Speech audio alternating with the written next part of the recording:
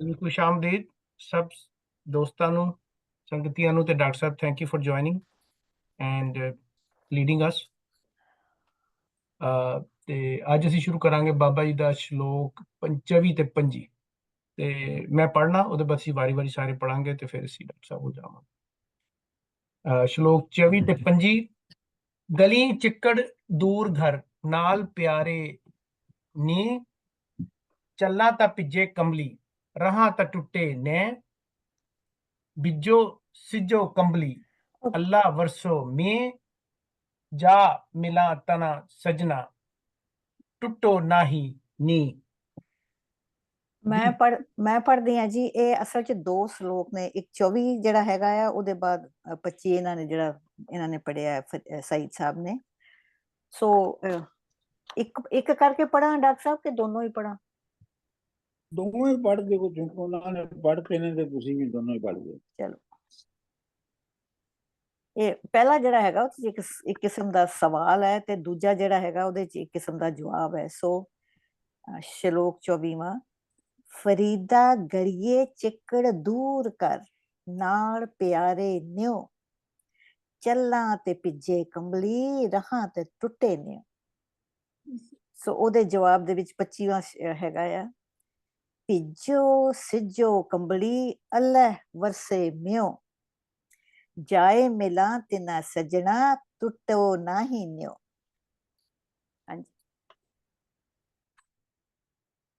ਹਾਂਜੀ, ਅੱਗੇ ਮੈਂ ਪੜ੍ਹ ਦਿੰਦਾ ਜੀ। ਪੜ੍ਹੋ ਜੀ। ਫਰੀਦਾ ਗੱਲ ਸੁਣੋ। ਹਾਂਜੀ ਡਾਕਟਰ ਸਾਹਿਬ, ਉਹਦੇ ਵਿੱਚ ਦਰਬਾਰ ਜਿੱਦਾਂ ਲਿਖਿਆ ਹੋਇਆ ਨਾ, ਇਨ ਦ ਓਰੀਜਨਲ ਦਰਬਾਰ ਸਾਹਿਬ ਦੇ ਵਿੱਚ, ਉਹਦੇ 'ਚ ਫਰੀਦਾ ਲਿਖਿਆ ਹੋਇਆ। ਬਾਹਰ ਵਾਲੇ ਹੈ ਕਿ ਫਰੀਦਾ ਜਦੋਂ ਤੁਸੀਂ ਲਾ ਦਿੰਦੇ ਹੋ ਨਾ ਤੇ ਉਹ ਬੇਵਜ਼ਨ ਹੋ ਜਾਂਦਾ ਹੈ। ਇਹ ਤਾਂ ਠੀਕ ਹੈ, ਕੋਈ ਗੱਲ ਨਹੀਂ। ਇਹ ਇਸ ਤਰ੍ਹਾਂ ਪੜ੍ਹ ਲੈਂਦੇ ਆ। ਗਲੀਏ ਚਿੱਕੜ ਦੂਰ ਘਰ ਨਾਲ ਪਿਆਰੇ ਨੇ, ਚੱਲਾਂ ਤਾਂ ਭਿੱਜੇ ਕੰਬਲੀ ਰਹਾਂ ਤਾਂ ਟੁੱਟੇ ਨੇ। ਅੱਗੇ ਹੈਗਾ ਕਿ ਭਿੱਜਿਓ ਸਿਜਿਓ ਕੰਬਲੀ ਅੱਲਾ ਵਰਸੇ ਮੈਂ, ਜਾਏ ਮਿਲਾਂ ਤਿਨਾ ਸੱਜਣਾ ਟੁੱਟਿਓ ਨਾਹੀ ਨੇ। ਮੈਂ ਪੜ੍ਹਨੀ ਆ ਜੀ। ਗਲੀਏ ਚਿੱਕੜ ਦੂਰ ਘਰ ਨਾਲ ਪਿਆਰੇ ਨੇ, ਚੱਲਾਂ ਤਾਂ ਭਿੱਜੇ ਕੰਬਲੀ ਰਾਹ ਤਾਂ ਟੁੱਟੇ ਨੇ, ਭਿੱਜੋ ਸਿੱਜੋ ਕੰਬਲੀ ਅੱਲਾ ਵਰਸੋ में, मी जा मिला तिना सजना टूटो नाही नी। ਗਲੀਆਂ ਚਿੱਕੜ ਦੂਰ ਘਰ ਨਾਲ ਪਿਆਰੇ ਨੀ, ਚੱਲਾਂ ਤਾਂ ਭਿੱਜੇ ਕੰਬਲੀ ਰਾਹਾਂ ਤਾਂ ਟੁੱਟੇ ਨੀ, ਭਿੱਜੋ ਸਿੱਜੋ ਕੰਬਲੀ ਅੱਲਾ ਵਰਸੋਂ ਮੀਂਹ, ਜਾਏ ਮਿਲਾਂ ਤਿਨਾ ਸਜਣਾ ਟੁੱਟੋ ਨਾਹੀ ਨੀ। ਡਾਕਟਰ ਸਾਹਿਬ, ਇਹ ਲਫ਼ਜ਼ ਨਿਉ ਹੈ ਕਿ ਨੇ ਹੈ? ਕਿਉਂਕਿ ਸਾਡੇ ਵਾਲੇ ਇਧਰ ਨਿਉ ਕਹਿੰਦੇ ਨੇ, ਨਿਉ ਲਗਾ। ਇਹ ਦੋਵੇਂ ਵਰਤੇ ਜਾਂਦੇ ਨੇ। ਠੀਕ ਹੈ ਸਰ। ਹਾਂਜੀ, ਗੱਲ ਕਰੋ।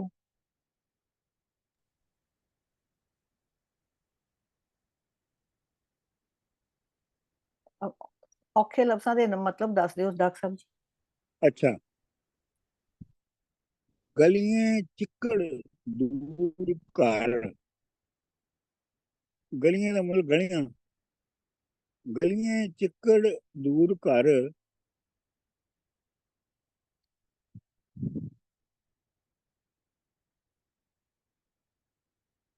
ਗਲੀਆਂ ਚਿੱਕੜ ਦੂਰ ਘਰ। ਮੇਰੇ ਕੋਲ ਐਨਕ ਨਹੀਂ ਹੈਗੀ, ਪੜੋ।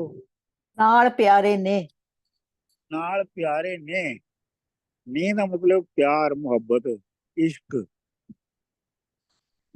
ਚੱਲਾਂ ਤੇ ਭਿੱਜੇ ਕੰਬਲੀ, ਚੱਲਾਂ ਤਾਂ ਭਿੱਜੇ ਕੰਬਲੀ। ਜੇ ਮੈਂ ਚੱਲਣਾ ਤੇ ਫਿਰ ਮੇਰੀ ਜਿਹੜੀ ਕਮਲੀ ਹੈ, ਜਿਹੜੀ ਮੇਰੀ ਕੰਬਲ ਹੈ, ਉਹ ਭੇਜਦਾ ਹੈ। ਰਾਹ ਤਾਂ ਟੁੱਟੇ ਨੇ, ਤੇ ਜੇ ਨਾ ਜਾਵਾਂ ਤੇ ਫਿਰ ਇਸ਼ਕ ਜਿਹੜਾ ਹੈ ਉਹ ਮੁੱਕ ਜਾਂਦਾ ਹੈ। ਭਿੱਜੋ ਸਿੱਜੋ ਕੰਬਲੀ ਅੱਲਾ ਵਰਸੋ ਮੈਂ, ਕਮਲੀ ਜਿਹੜੀ ਹੈ ਉਹਨੂੰ ਭਿੱਜਣ ਦਿਓ, ਲੇਕਿਨ ਅੱਲਾ ਦਾ ਵਸਾਇਆ ਹੋਇਆ ਮੀਂਹ ਪਵੇਗਾ। ਚਾਹੇ ਮਿਲਾਂ ਤੇ ਨਾ ਸੱਜਣਾ, ਚਾਹੇ ਮਿਲਾਂ ਤੇ ਨਾ ਸੱਜਣਾ, ਟੁੱਟੇ ਨਾ ਨੀ। ਮੈਂ ਆਪਣਾ ਜਾਵਾਂਗਾ ਇਸ ਹਾਲਤ ਦੇ ਵਿੱਚ ਤਾਂ ਕਿ ਮੇਰਾ ਆਪਣੇ ਸੱਜਣਾ ਦੇ ਨਾਲ ਪਿਆਰ ਨਾ ਟੁੱਟੇ। ਲਫ਼ਜ਼ੀ ਮਤਲਬ ਤੇ ਇਹਦਾ ਇਹ ਹੈ। ਹੁਣ ਤੁਸੀਂ ਇਹਨੂੰ ਖੋਲੋ।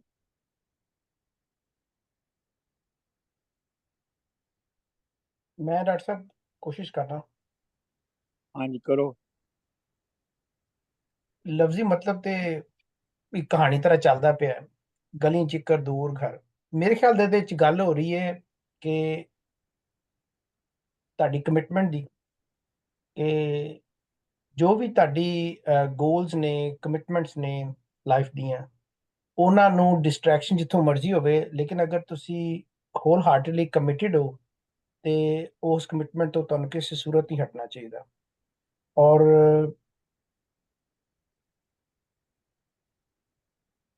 ਉਹ ਕਮਿਟਮੈਂਟ ਪੂਰੇ ਕਰਨ ਵਾਸਤੇ ਅਗਰ ਤੁਹਾਨੂੰ ਕੰਬਲ ਤੁਹਾਡਾ ਜਾਂ ਤੁਹਾਡੀ ਜਿਹੜੀ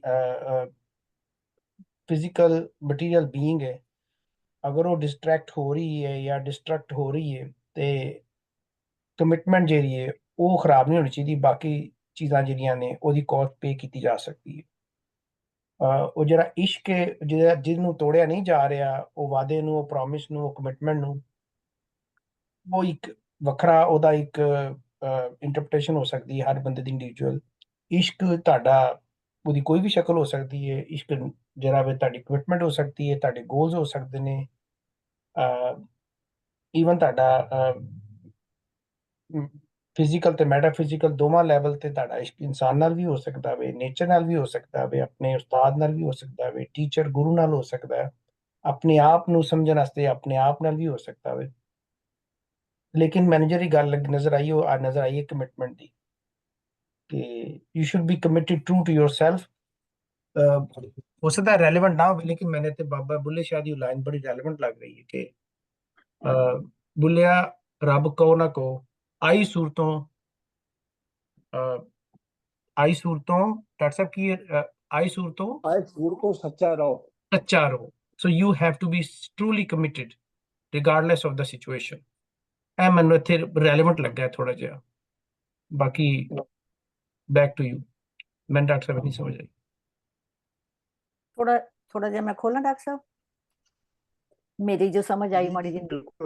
ਹਾਂ, ਸੋ ਜਿਹੜਾ ਇਹ ਵਾਲਾ ਹੈ ਨਾ, ਇਹ ਇੱਕ ਜਿੱਦਾਂ ਸ਼ੁਰੂ ਚ ਵੀ ਆਪਾਂ ਗੱਲ ਕੀਤੀ ਕਿ ਦਿਸ ਇਜ਼ ਏ ਕੁਐਸਚਨ, ਇਹ ਇੱਕ ਸਵਾਲ ਹੈ ਜਿਹੜਾ ਕਿ ਵੀ ਬਾਬਾ ਫਰੀਦ ਦੇ ਮਨ ਚ ਉਹ ਇੱਕ ਸਵਾਲ ਰੱਖ ਰਹੇ ਨੇ। ਉਹਦੇ ਚ ਇਹ ਹੈ ਕਿ ਵੀ ਜਦੋਂ ਤੁਸੀਂ ਹਯਾਤੀ ਦੇ ਇਸ ਪੈਂਡੇ ਵਿੱਚੋਂ ਤੁਸੀਂ ਵਿਚਰਦੇ ਹੋ ਤੇ ਦੁਨੀਆ ਦੀਆਂ ਜਿਹੜੀਆਂ ਡਿਸਟਰੈਕਸ਼ਨਸ ਨੇ ਉਹ ਬੜੀਆਂ ਨੇ। ਉਹ ਤੁਹਾਨੂੰ ਜਿਹੜੀਆਂ ਨੇ ਨਾ, ਜਿਸ ਤਰ੍ਹਾਂ ਉਹ ਵੱਧਦਾ ਜਾ ਰਿਹਾ, ਮੇਰੇ ਮਨ ਦਾ ਚਿੱਕੜ, ਮੇਰਾ ਮਨ ਪੋਲਿਊਟ ਹੋ ਰਿਹਾ, ਮੈਨੂੰ ਡਿਸਟਰੈਕਸ਼ਨਸ ਹੋ ਰਹੀਆਂ ਨੇ, ਮੈਨੂੰ ਚਾਹਤਾਂ ਹੋ ਰਹੀਆਂ ਨੇ, ਮੈਨੂੰ ਆਈ ਐਮ ਬੀਇੰਗ ਡਿਸਟਰੈਕਟਡ ਬਾਈ ਆਲ ਦ ਚਕਾਚੌਂਦ ਜਿਹੜੀ ਜਿਸ ਦੁਨੀਆ ਦੇ ਵਿੱਚੋਂ ਮੈਂ ਨਿਕਲ ਰਿਹਾ। ਸੋ ਮੇਰੇ ਸੈਂਸਸ ਜਿਹੜੇ ਨੇ ਗਲਤ ਗੱਲਾਂ ਵੱਲ ਵੱਧਦੇ ਨੇ, ਮੈਂ ਗਲਤ ਗੱਲਾਂ ਸੁਣਦਾ ਆ, ਸੋਚਦਾ ਆ, ਦੇਖਦਾ ਆ। ਸੋ ਇਸ ਦੇ ਨਾਲ ਜਿਹੜਾ ਮੇਰਾ ਮਨ ਹੈਗਾ ਆ ਉਹ ਇੱਕ ਕਿਸਮ ਦਾ ਪੋਲਿਊਟ ਹੋ ਰਿਹਾ, ਮਤਲਬ ਚਿੱਕੜ ਪੈ ਰਿਹਾ, ਮੇਰੇ ਮਨ 'ਚ ਚਿੱਕੜ ਪੈ ਰਿਹਾ, ਮੈਂ ਅੱਖਾਂ 'ਚ ਚਿੱਕੜ ਪੈ ਰਿਹਾ ਕਿਉਂਕਿ ਮੈਂ ਗਲਤ ਗੱਲਾਂ ਵੇਖਦਾ, ਮੇਰੇ ਕੰਨਾਂ 'ਚ ਚਿੱਕੜ ਪੈ ਰਿਹਾ ਕਿਉਂਕਿ ਮੈਂ ਗਲਤ ਗੱਲਾਂ ਸੁਣ ਰਿਹਾ। ਸੋ ਹੁਣ ਮੈਂ ਕੀ ਕਰਾਂ ਕਿ ਮੈਂ ਇਹਨਾਂ ਡਿਸਟਰੈਕਸ਼ਨਸ ਵਿੱਚੋਂ ਲੰਘਾਂ, ਕਿਸ ਤਰ੍ਹਾਂ ਮੈਂ ਇਸ ਦੁਨੀਆ ਦੇ ਵਿੱਚੋਂ ਦੁਨੀਆਦਾਰੀ ਕਰਦਾ ਹੋਇਆ ਲੰਘਾਂ, ਕਿਸ ਤਰ੍ਹਾਂ ਲੰਘਾਂ? ਕਿਉਂਕਿ ਜੇ ਮੈਂ ਨਹੀਂ ਲੰਘਦਾ ਇਸ ਦੁਨੀਆ ਵਿੱਚੋਂ, ਅਲੱਗ ਹੋ ਕੇ ਕਿਤੇ ਮੈਂ ਬਹਿ ਜਾਣਾ, ਦੁਨੀਆ ਛੱਡ ਕੇ ਬਹਿ ਜਾਣਾ, ਤੇ ਦੈਨ ਮੈਂ ਇਹਨਾਂ ਡਿਸਟਰੈਕਸ਼ਨਸ ਤੋਂ ਦੂਰ ਹੋਣਾ। ਪਰ ਮੈਂ ਇਸ ਦੁਨੀਆ ਚੋਂ ਵਿਚਰਨਾ, ਸੋ ਮੈਂ ਕੀ ਕਰਾਂ? ਮੈਂ ਕਿਉਂਕਿ ਮਾਈ ਡਿਸਟਰੈਕਸ਼ਨਸ ਜਿਹੜੇ ਨੇ ਮੇਰੇ ਮਨ ਦੇ ਜਿਹੜੇ ਰਸਤਿਆਂ ਦੇ ਵਿੱਚ ਨੇ, ਉਹ ਮੈਨੂੰ ਆਪਣੀ ਮੰਜ਼ਿਲ ਤੋਂ ਰੋਕਦੇ ਨੇ। ਹੁਣ ਮੈਂ ਕੀ ਕਰਾਂ? ਇਹ ਸਵਾਲ ਇਹਦੇ ਵਿੱਚ ਰੱਖਿਆ ਇਹਨਾਂ ਨੇ ਕਿ I am going through this, I am being distracted, ਪਰ ਮੈਂ ਹੁਣ ਕੀ ਕਰਾਂ? ਮੈਂ ਪਹੁੰਚਣਾ ਵੀ ਆਪਣੀ ਮੰਜ਼ਿਲ ਤੱਕ। ਇਹੀ ਸੋਚਿਆ ਜੀ। ਬਹੁਤ ਅੱਛਾ ਬੀਬਾ ਜੀ, thank you, good one. Thank you.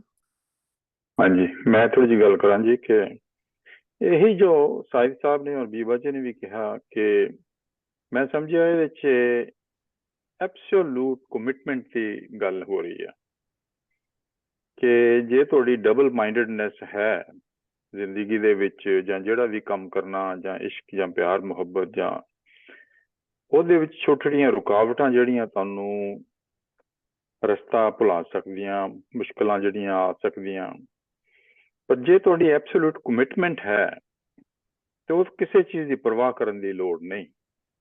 ਕੰਬਲੀ ਹੋਵੇ, ਭਿੱਜ ਗਿਆ ਹੈ, ਕੁਛ ਵੀ ਹੋਵੇ, ਮੈਂ ਜੋ ਕੰਮ ਕਰਨਾ ਉਹੀ ਕਰਨਾ। ਮੇਰੇ ਖਿਆਲ ਐਬਸੋਲੂਟ ਕਮਿਟਮੈਂਟ ਜ਼ਿੰਦਗੀ ਦੇ ਵਿੱਚ ਕੋਈ ਵੀ ਮਕਸਦ ਪੂਰਾ ਕਰਨ ਲਈ ਜੇ ਹੈ ਤੇ ਉਹਦੀ ਲੋੜ ਹੈ।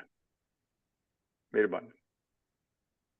ਡਾਕਟਰ ਸਾਹਿਬ ਮਿਕੀ ਇਹ ਸਮਝ ਆਈ ਕਿ ਸੱਜਣ ਨਾ ਘਰ ਜਿਹੜਾ ਆ ਉਹ ਦੂਰ ਹੀ ਹੋ ਸੀ, ਜਾਂ ਤੁਸਾਂ ਜਿਸ ਨਾਲ ਤੁਸਾਂ ਨੇ ਲਾਇਆ, ਔਰ ਉਸਨੀ ਘਰ ਪਹੁੰਚਨਿਆ ਤੁਸਾਂ ਚਿੱਕੜ ਸੂ ਲੰਘਸੋ, ਅਪਰੂ ਬਾਰਿਸ਼ ਮੀਂਹ ਪੈਸੀ, ਤੁਸਾਂ ਨੀ ਕਮਲੀ ਵੀ ਸਿੱਜੀ ਗਈ ਸੀ। ਇਸ ਨਾਲ ਮਤਲਬ ਇਹ ਆ ਕਿ ਤੁਸਾਂ ਦੀ ਮੁਹੱਬਤ ਜਿਹੜੀ ਵੀ ਹੈ ਨੇ, ਜਿਹੜਾ ਵੀ ਹੈ ਉਹ ਨਿਭਾਣਿਆ ਤੁਸਾਂ ਕੀ ਮਿਹਨਤ ਤੇ ਕਰਨੀ ਪੈਸੀ, ਉਹ ਨਿਭਾਣਾ ਆਸਾਨ ਨਹੀਂ।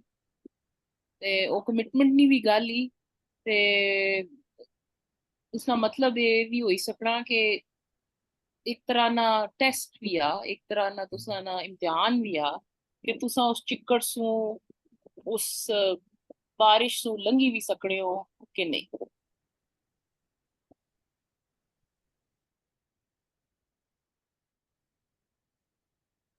ਮਦੀਆ ਜੀ। No, I just wanted to add, I'm focusing on the, if I remain at home, then my heart will be broken. And I found that very interesting. Because I guess I'm in that situation right now. And I'm asking Dr. Manzoorji what advice you'd give, even though Baba Frida just said it now. But even though your heart is being broken, you're safe. I know everyone's talked about commitment to the destination, but if you keep yourself safe, you'll definitely be heartbroken. But then I'm thinking about the British weather, it's always raining. So I'm linking it to that as well. So sorry, I know I'm not making any sense. No, you are, absolutely you are. Yeah. So I've just got these conflicting images in my head right now. ਮਤਲਬ ਇਹ ਆ ਕਿ ਦਿਲ ਵਾਸਤੇ ਤੁਸਾਂ ਕੀ ਥੋੜਾ ਜਿਹਾ risk ਚਾਹੀਨਾ, ਤੁਸਾਂ ਘਰੋਂ ਨਿਕਲ ਸੋ ਤੇ ਇੱਕ ਥੋੜੀ ਜੀ ਇੱਕ ਗੌਰ ਸਾਹਿਬ ਰਹਿ ਗਏ, ਮੈਂ ਇੱਕ ਥੋੜੀ ਜਿਹੀ ਗੱਲ ਐਡ ਕਰਨੀ ਹੈ। ਗੌਰ ਸਾਹਿਬ ਮੈਂ ਕਰਾਂ ਕਿ ਤੁਸੀਂ ਕਰ ਰਹੇ ਹੋ? ਨਹੀਂ ਤੁਸੀਂ ਕਰੋ, ਕਿ ਮੇਰਾ ਤੇ ਉਹ ਹਿਸਾਬ ਹੈ, ਉੱਤੋਂ ਪੀਆਂ ਤਰਕਾਲਾਂ ਤੇ ਕੁੜੀ ਮਾਰੇ ਛਾਲਾਂ, ਮੈਨੂੰ ਪਤਾ ਨਹੀਂ, ਭੁੱਲ ਗਿਆ ਸੀ ਤੇ ਹੁਣ ਮੈਂ ਪਹੁੰਚਿਆ। ਮੈਂ ਹੁਣ ਇਹਦੇ ਤੇ ਗੱਲ ਨਹੀਂ, ਅਗਲੀ ਤੇ ਕਰਾਂਗਾ। ਅੱਛਾ ਜੀ। ਸੋ ਗੱਲ ਸਾਰੀ ਇੱਥੇ ਮੁੱਕਦੀ ਹੈ ਸਰ ਜੀ, ਮੈਨੂੰ ਲੱਗਦਾ ਹੈ ਇਹ ਕਿ ਵੀ ਕਿ ਵੀ ਇਹਨੂੰ ਜਿੱਦਾਂ ਬਾਬਾ ਨਾਨਕ ਕਹਿੰਦੇ ਆ ਕਿ ਤੁਹਾਨੂੰ ਦੁਨੀਆ ਦੇ ਵਿੱਚ ਰਹਿ ਕੇ, ਦੁਨੀਆਦਾਰੀ ਦੇ ਵਿੱਚ ਰਹਿ ਕੇ, ਦੁਨੀਆਦਾਰੀ ਦੀਆਂ ਡਿਸਟਰੈਕਸ਼ਨਸ ਦੇ ਵਿੱਚ ਰਹਿੰਦਿਆਂ ਹੋਇਆਂ ਵਿਚਰਨਾ। ਤੁਸੀਂ ਆਪਣੇ ਆਪ ਨੂੰ ਅਲੱਗ ਕਿਸੇ ਪਰਬਤਾਂ ਤੇ ਜਾਂ ਜੰਗਲਾਂ ਦੇ ਵਿੱਚ ਜਾ ਕੇ ਨਹੀਂ ਤੁਸੀਂ ਆਪਣੀ ਮੰਜ਼ਿਲ ਪਾਉਣੀ। ਤੁਸੀਂ ਜੋ ਵੀ ਤੁਹਾਡੀ ਮੰਜ਼ਿਲ ਹੈਗੀ ਹੈ, ਤੁਹਾਨੂੰ ਇਸ ਦੁਨੀਆ ਦੇ ਵਿੱਚ ਵਿਚਰਦਿਆਂ ਹੋਇਆਂ, ਇਹਨਾਂ ਡਿਸਟਰੈਕਸ਼ਨਸ ਦੇ ਵਿੱਚ ਰਹਿੰਦਿਆਂ ਹੋਇਆਂ ਆਪਣੇ ਆਪ ਨੂੰ ਇਹਨਾਂ ਨੂੰ ਉਹਦੇ ਵਿੱਚੋਂ ਲੰਘਦਿਆਂ ਹੋਇਆਂ ਤੁਸੀਂ ਆਪਣੀ ਮੰਜ਼ਿਲ ਪਾਉਣੀ। ਇਹ ਇਹਨਾਂ ਦੀ ਜਿਹੜੀ ਦੋਨਾਂ ਦੀ ਫਿਲਾਸਫੀ ਮੈਨੂੰ ਲੱਗਦੀ ਹੈ ਇੱਥੇ ਇਹ ਥੋੜੀ ਜਿਹੀ ਕੰਮ ਕਰਦੀ ਹੈ। ਇਹਦਾ ਜਵਾਬ ਸਾਨੂੰ ਦੂਜੇ ਪਾਸੇ ਹੁਣ ਜਿਹੜੀ ਇਹ ਗੱਲ ਕਮਿਟਮੈਂਟ ਦੀ ਕਰਦੇ ਨੇ, ਇਹ ਅਗਲੀ ਉਹਦੇ ਵਿੱਚ ਸਾਨੂੰ ਦੋੜੇ ਚ ਲੱਭਣੀ। ਹਾਂਜੀ ਸਰ ਜੀ ਦੱਸੋ ਤੁਸੀਂ ਹੁਣ ਸਾਨੂੰ। ਹਾਂਜੀ, ਹੋਰ ਕਿਸੇ ਨੇ ਕਰ ਲਈ ਗੱਲ, ਕਰਨੀ ਹੈ ਗੱਲ? ਸਰ ਜੀ ਇਹ ਨੰਬਰ ਕਿੰਨਾ ਸਹੀ ਸਾਹਿਬ ਅੱਜ ਜਿਹੜਾ ਅਸੀਂ ਪੜ੍ਹ ਰਹੇ ਹਾਂ, ਨੰਬਰ ਪਲੀਜ਼ ਦੱਸ ਦਿਓ। 24 ਮੈਂ ਲਿੰਕ ਸ਼ੇਅਰ ਕੀਤਾ ਹੈ ਗਰੁੱਪ ਚ। ਤੇ ਕਿੰਨਾ ਦੋੜਾ ਨੰਬਰ ਚ? 44 24 ਠੀਕ। ਹਾਂਜੀ ਹਾਂ ਸਰ ਜੀ ਸਾਹਿਬ ਨੇ ਗੱਲ ਕਰ ਲਈ। ਹਾਂਜੀ, ਮੈਨੂੰ ਇਹ ਸਮਝ ਆਉਂਦੀ ਹੈ ਕਿ ਗਲੀਆਂ ਚਿੱਕੜ ਦੂਰ ਘਰ नाल प्यारे ने चलां तां भिजे कमली राहां तां टुटे ने।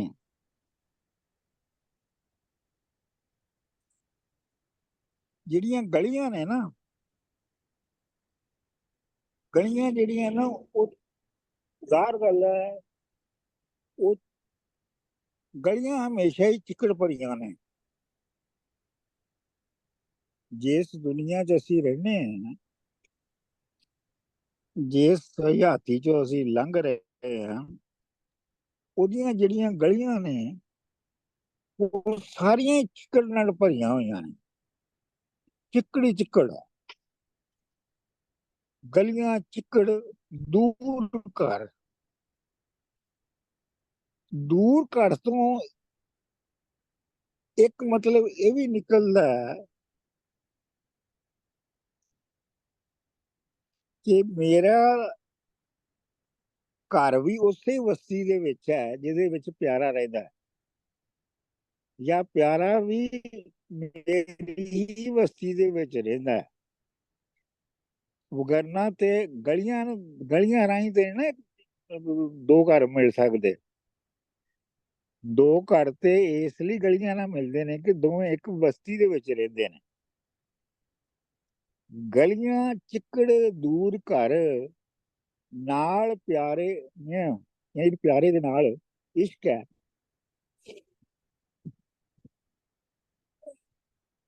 ਪਰ ਗਲੀਆਂ ਜਿਹੜੀਆਂ ਨੇ ਉਹ ਚਿੱਕੜ ਨਾਲ ਭਰੀਆਂ ਨੇ, ਜਿਨ੍ਹਾਂ ਦੇ ਥਾਣੀ ਲੰਘ ਕੇ ਜਾਣਾ ਪੈਂਦਾ ਹੈ। ਲੇਕਿਨ ਬਸਤੀ ਇੱਕ ਹੀ ਹੈ ਦੋਵਾਂ ਦੀ। ਇਹ ਅਹਿਮ ਗੱਲ ਹੈ, ਜਿਹੜੀ ਬਹੁਤ ਇੰਪੋਰਟੈਂਟ ਗੱਲ ਹੈ, ਉਹ ਹੈ ਕਿ ਦੋਵੇਂ ਅਸੀਂ ਇੱਕ ਹੀ ਬਸਤੀ ਦੇ ਵਿੱਚ ਰਹਿੰਦੇ ਹਾਂ। ਉਹ ਕੋਈ ਬਾਹਰ ਦੀ ਸ਼ੈ ਨਹੀਂ ਹੈਗੀ, ਉਹ ਕੋਈ ਬਾਹਰ ਨਹੀਂ ਰਹਿੰਦਾ ਮੇਰੀ ਬਸਤੀ ਤੋਂ। ਗਲੀਆਂ ਚਿੱਕੜ ਦੂਰ ਘਰ ਨਾਲ ਪਿਆਰੇ ਨੇ, ਚੱਲਾਂ ਤਾਂ ਭਿੱਜੇ ਕਮਲੀ ਰਹਾਂ ਤਾਂ ਟੁੱਟੇ ਨੇ। ਜੇ ਮੈਂ ਚੱਲਾਂ ਤੇ ਮੇਰੀ ਜਿਹੜੀ ਕੰਬਲ ਹੈ ਉਹ ਭਿੱਜਦਾ ਹੈ, ਜੇ ਮੈਂ ਨਾ ਜਾਵਾਂ ਤੇ ਫੇਰ ਪਿਆਰ ਟੁੱਟਦਾ ਹੈ। ਹੁਣ ਜਿਹੜੀ ਕਮਲੀ ਹੈ ਨਾ, ਕਮਲੀ ਜਿਹੜੀ ਹੈ ਉਹ ਇੱਕ ਬਾਹਰ ਦੀ ਚੀਜ਼ ਹੈ। ਮਤਲਬ ਉਹ ਉਹਨਾਂ ਦੀ ਜਾਂ ਸੂਤਰ ਦੀ ਜਾਂ ਕਿਸੇ ਸ਼ੈ ਦੀ ਬਣੀ ਹੋਈ ਹੈ, ਜਿਹਨੂੰ ਉੱਤੇ ਲਿਆ ਹੈ। ਤੇ ਉਹ ਜੇ ਮੈਂ ਜਾਵਾਂ ਤੇ ਉਹ ਭੇਜਦੀ ਹੈ, ਤੇ ਜੇ ਰਵਾਂ, ਜੇ ਨਾ ਜਾਵਾਂ ਤੇ ਫਿਰ ਇਸ਼ਕ ਮੁੱਕਦਾ ਹੈ। ਇਹ ਸਵਾਲ ਜਿਹੜਾ ਹੈ, ਇਹ ਸਵਾਲ ਜ਼ਿੰਦਗੀ ਦਾ ਮੁੱਢਲਾ ਸਵਾਲ ਹੈ ਕਿ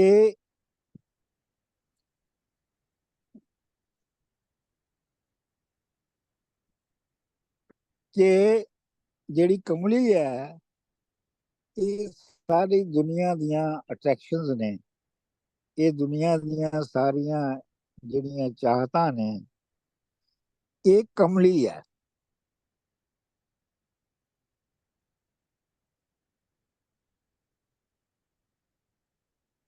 ਤੇ ਇਹ ਜਿਹੜੀ ਕਮਲੀ ਹੈ,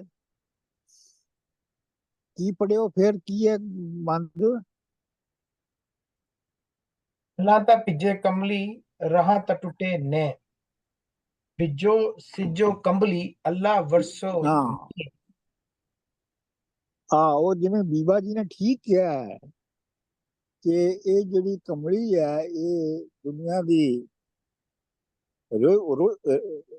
ਦੀ ਰੁੱਝ ਹੈ, ਦੁਨੀਆ ਦੇ ਕੰਮਾਂ ਦੀ ਰੁੱਝ ਹੈ।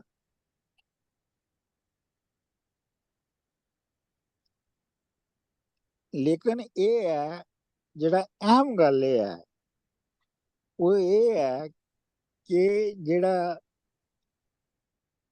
ਨੇ ਹੈ ਉਹ ਇਸ ਦੁਨੀਆਦਾਰੀ ਦੇ ਰਾਹ ਤੋਂ ਲੰਘੇ ਬਗੈਰ ਨਹੀਂ ਲੱਭ ਸਕਦਾ। ਤੁਸੀਂ ਉਹਨੂੰ ਅਵਾਇਡ ਨਹੀਂ ਕਰ ਸਕਦੇ।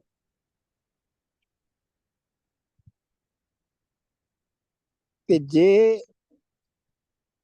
ਤੁਸੀਂ ਉਹਦੇ ਨਾਲ ਨਿਬੜ ਨਹੀਂ ਸਕਦੇ, ਉਹਨੂੰ ਨਿਬੜ ਕੇ ਸਾਫ਼ ਨਹੀਂ ਨਿਕਲ ਸਕਦੇ, ਤੇ ਫਿਰ ਨਹੀਂ ਲੱਗ ਸਕਦਾ। ਇਸ ਵਾਸਤੇ ਜਿਹੜਾ ਸ਼ਲੋਕ ਹੈ, ਭਿੱਜੋ ਸਿੱਜੋ ਕਮਲੀ ਅੱਲਾ ਵਰਸੋ में ਜਾਏ ਮਿਲਾ ਉਹਨਾਂ ਸਜਣਾ ਟੁੱਟੇ ਨਾ ਹੀ ਨੇ। ਮਤਲਬ ਇਹ ਕਿ ਚਾਂਸ ਜਿਹੜਾ ਇਸ ਵਿੱਚ ਚੱਲਣ ਦਾ, ਇਹਨੂੰ ਤੁਸੀਂ ਰੋਕ ਨਹੀਂ ਸਕਦੇ। ਅੱਲਾ ਵਰਸੋ में ਦਾ ਮਤਲਬ ਹੈ ਕਿ ਹੁਣੇ ਇਹਨੂੰ ਕੋਈ ਰੋਕ ਨਹੀਂ ਸਕਦਾ।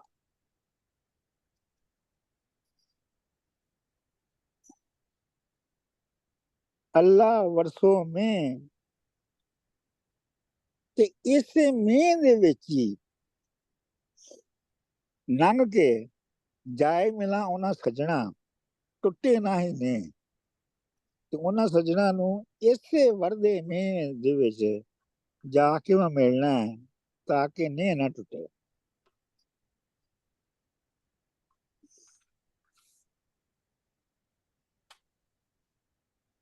ਹਾਂਜੀ ਹਾਂਜੀ। ਬਾਬਾ ਜੀ ਨੇ ਵੀ ਇਹੀ ਗੱਲ ਇਸ ਲਫ਼ਜ਼ਾਂ 'ਚ ਨਹੀਂ ਕਹੀ ਹੋਈ ਕਿ ਹੁਕਮ ਰਜਾਈ ਚੱਲਣਾ ਨਾਨਕ ਲਿਖਿਆ ਨਾਲ, ਕਿ ਤੁਸੀਂ ਰਜਾਈ ਹੁਕਮ ਦੇ ਵਿੱਚ ਹੀ ਰਹਿ ਕੇ ਚੱਲਣਾ ਹੈ। ਨੇਚਰ ਦੇ ਜਿਹੜੇ ਲਾਜ਼ ਨੇ, ਜੋ ਵੀ ਪ੍ਰੀ ਡਿਟਰਮੀਨੇਸ਼ਨ ਨੇ, ਉਹ ਮੇਰੇ ਖਿਆਲ ਹੋਰ ਮੌਜੂ ਹੈ। ਅੱਛਾ, ਉਹ ਦੂਜਾ ਮੌਜੂ ਹੈ, ਉਹ ਇਹ ਮੌਜੂ ਨਹੀਂ ਹੈ। ਕਿਉਂਕਿ ਮੈਨੂੰ ਇਸ ਵਾਸਤੇ ਮੈਨੂੰ ਲੱਗ ਰਿਹਾ ਸੀ ਕਿ ਜਿਵੇਂ ਅੱਲਾ ਵਰਸੋ ਮੈਂ ਕਿ ਇੱਕ ਨੈਚੁਰਲ ਫਿਨੋਮੇਨਾ ਜਿਹੜਾ ਕਿ ਚੱਲ ਰਿਹਾ ਹੈ, ਕੁਦਰਤ ਦਾ ਨਿਜ਼ਾਮ, ਮੀਂਹ ਜਿਹੜਾ ਹੈ, ਬਾਰਿਸ਼ ਜਿਹੜਾ ਹੈ, ਕੁਦਰਤ ਦੇ ਨਿਜ਼ਾਮ ਦਾ ਇੱਕ ਹਿੱਸਾ ਹੈ, ਨੈਚੁਰਲ ਫਿਨੋਮੇਨਾ, ਇਹਨੂੰ ਕੋਈ ਰੋਕ ਨਹੀਂ ਸਕਦਾ। ਦੇਖੋ ਨਾ ਗੱਲ ਤੇ ਇੰਜ ਹੋ ਰਹੀ ਹੈ ਕਿ ਗਲੀਆਂ ਦੇ ਵਿੱਚ ਚਿੱਕੜ ਹੈ ਜੀ, ਜਿਹੜੇ ਪਿਆਰੇ ਦੀ ਘਰ ਜਾਣ ਲਈ ਗਲੀਆਂ ਨੇ, ਉਹਨਾਂ ਦੇ ਵਿੱਚ ਚਿੱਕੜ ਹੈ। ਗਲੀਆਂ ਚਿੱਕੜ ਦੂਰ ਕਰ, ਤੇ ਉਹ ਘਰ ਨੇੜੇ ਵੀ ਨਹੀਂ ਹੈ, ਦੂਰ ਹੈ। ਤੇ ਉਹ ਸਾਰਾ ਦੂਰ ਘਰ ਨੂੰ ਜਿਹੜੀ ਗਲੀਆਂ ਜਾਂਦੀਆਂ ਨੇ, ਉਹ ਸਾਰੀਆਂ ਚਿੱਕੜ ਨਾਲ ਭਰੀਆਂ ਨੇ। ਜੀ ਜੀ, ਬਿਲਕੁਲ ਠੀਕ। ਗਲੀਆਂ ਚਿੱਕੜ ਦੂਰ ਘਰ ਨਾਲ ਪਿਆਰੇ ਨੇ, ਪਰ ਇਹ ਹੈ ਕਿ ਉਹ ਮਜਬੂਰੀ ਇਹ ਹੈ ਕਿ ਇਹਨਾਂ ਸਾਰੀਆਂ ਚਿੱਕੜ ਭਰੀਆਂ ਲੰਮੀਆਂ ਲੰਮੀਆਂ ਗਲੀਆਂ ਤੋਂ ਅੱਗੇ ਪਿਆਰੇ ਦਾ ਘਰ ਹੈ। ਤੇ ਮਸਲਾ ਇਹ ਹੈ ਕਿ ਜੇ ਤੇ ਮੈਂ ਚੱਲਾਂ ਤੇ ਇਹ ਚਿੱਕੜ ਜਿਹੜਾ ਹੈ, ਇਹ ਮੈਨੂੰ ਲੱਗਦਾ ਇਹ ਚਿੱਕੜ ਜਿਹੜਾ ਹੈ, ਇਹ ਮੇਰੀ ਕਮਲੀ ਨੂੰ ਦੇ ਉੱਤੇ ਪੈ ਜਾਏਗਾ। ਚੱਲਾਂ ਤਾਂ ਭਿੱਜੇ ਭੁੱਜੇ ਨਹੀਂ, ਉਹ ਚਿੱਕੜ ਹੈ ਉਹ ਮੇਰੀ ਕਮਲੀ ਨੂੰ ਗੰਦਾ ਕਰ ਦੇਗਾ। ਰਾਹਾਂ ਤਾਂ ਟੁੱਟੇ ਨੇ, ਤੇ ਜੇ ਮੈਂ ਉਸ ਗੰਦ ਤੋਂ ਬਚਣ ਲਈ ਨਾ ਜਾਵਾਂ ਤੇ ਫੇਰ ਇਸ਼ਕ ਟੁੱਟ ਜਾਂਦਾ। ਤੇ ਹੁਣ ਕਰਾਂ ਕੀ, ਹੋਵੇਗਾ ਕੀ? ਮੈਂ ਵੀ ਥੋੜੀ ਜਿਹੀ ਡਾਕਟਰ ਸਾਹਿਬ ਹਾਂ, ਮੈਂ ਇੱਕ ਗੱਲ ਕਰਾਂ, ਸੌਰੀ, ਹਾਂਜੀ ਬੋਲੋ ਜੀ ਤੁਸੀਂ। ਡਾਕਟਰ ਸਾਹਿਬ ਇਜਾਜ਼ਤ ਹੈ? ਹਾਂ ਹਾਂ ਬੋਲੋ ਤੁਸੀਂ। Thank you doctor. ਉਹ ਨਾ ਇਹ ਜਿਹੜੀ ਕੰਬਲੀ ਔਰ ਲੋਈ ਹੈ ਨਾ, ਇਹ ਦਰਵੇਸ਼ਾਂ ਦੀ ਲੋਈ, ਚਿੱਟੀ ਚਾਦਰ ਲਾਸਟ ਕੁੜੀਏ ਪਹਿਨ ਫਕੀਰਾਂ ਲੋਈ, ਚਿੱਟੀ ਚਾਦਰ ਦਾਗ ਲਗੇ ਸੀ ਲੋਈ ਦਾਗ ਨਾ ਕੋਈ, ਇੱਕ ਤੇ ਤਿਲਕਣ ਰਸਤਾ ਤੇ ਚਿੱਕੜ, ਇਹ ਰਾਵਾਂ ਦੇ ਔਕੜਾਂ ਨੇ ਸਾਰੀਆਂ। ਔਰ ਇਹ ਇੱਕ ਜਿਹੜੀ ਸਾਡੀ ਉਹ ਹੈ ਨਾ ਮੁਨਾਫਕਾ ਜਿਹੜੀ ਹੈ, ਅਸੀਂ ਉਹ ਉਹਦਾ ਵੀ ਇੱਕ ਉਹਨੂੰ ਵੀ ਨਿਗੇਟ ਕੀਤਾ ਗਿਆ ਜਦੋਂ ਮਸਲਨ ਜਿਸ ਤਰ੍ਹਾਂ ਮੌਲਵੀ ਜਾਂ ਪੰਡਤ ਜਾਂ ਕੋਈ ਬੰਦਾ ਜਿਹੜਾ ਬਹਿ ਕੇ ਨਾ ਉਹ ਚਿੱਟੀ ਚਾਦਰ ਪਾ ਕੇ ਤੇ ਬਹਿ ਜਾਂਦਾ ਤੇ ਉਹ ਕਹਿੰਦਾ ਮੈਂ ਆ ਨਾ। ਲੇਕਿਨ ਇਹ ਜਿਹੜੀ ਇਹਨਾਂ ਨੇ ਰਾਹ ਦੱਸੀ ਆ ਉਹ ਕੰਬਲੀ ਦੀ ਤੇ ਲੋਈ ਦੀ ਲਾਈ ਦੱਸੀ ਆ, ਔਰ ਉਹਨਾਂ ਕਿਹਾ ਇਹ ਤੂੰ ਪਾ ਕੇ ਹੀ ਜਾਣਾ, ਇਹ ਤੈਨੂੰ ਦਾਗ ਵੀ ਲੱਗਣਗੇ, ਇਹਦੇ ਉੱਤੇ ਬਾਰਿਸ਼ ਵੀ ਹੋਏਗੀ, ਗਿੱਲੀ ਵੀ ਹੋਏਗੀ, ਲੇਕਿਨ ਇਹ ਤੇਰਾ ਓਲਾ ਨਹੀਂ ਆ, ਤੇਰਾ ਪਰਦਾ ਨਹੀਂ ਹੈ, ਇਹ ਤੇਰਾ ਅੰਦਰ ਛੁਪਾਏਗੀ ਨਹੀਂ। ਤੂੰ ਜਿਹੜਾ ਅੰਦਰ ਦੀ ਪਵਿੱਤਰ ਹੈ ਨਾ ਤੇਰਾ, ਉਹਨੂੰ ਤੂੰ ਜਿੰਨਾ ਦੇਰ ਸਹੀ ਸਲਾਮਤ ਨਹੀਂ ਰੱਖੇਗਾ ਔਰ ਉਸ ਰਾਹ ਤੇ ਟੁਰਦਾ ਨਹੀਂ ਰਹੇਗਾ, ਫਿਰ ਚਿੱਕਣਾ ਤਿਲਕਣਾ ਬਾਰਿਸ਼ਾਂ ਉਹ ਤੇਰਾ ਕੁਝ ਨਹੀਂ ਵਿਗਾੜਨਗੇ, ਤੈਨੂੰ ਰਾਹ ਤੇ ਲੈ ਹੀ ਜਾਣਗੀਆਂ, ਲਾਈਟਨਮੈਂਟ ਦੇ ਹੀ ਦੇਣਗੀਆਂ।